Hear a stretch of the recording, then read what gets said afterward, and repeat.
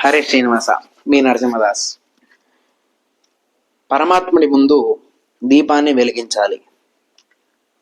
అందులో కూడా నేతితో దీపాన్ని వెలిగించడం అనేది అత్యంత శ్రేష్టమైనది.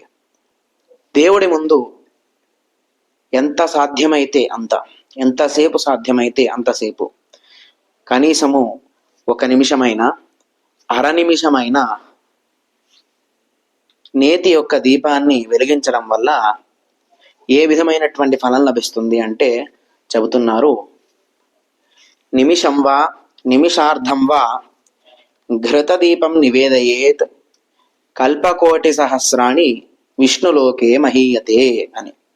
అంటే 1 నిమిషమైనా, అర నిమిషమైనా దేవుడి ముందు ఘృత దీపం అంటే నేతి దీపాన్ని వెలిగిస్తే కల్పకోటి సహస్రాణి, కోటి కల్పాల వరకు విష్ణులోకంలో అనేక విధమైనటువంటి ఇష్టం వచ్చినటువంటి భోగాలన్నింటినీ కూడా మనము లభించవచ్చు. మనం ఆ భోగాలన్నింటినీ కూడా ఆస్వాదించవచ్చు.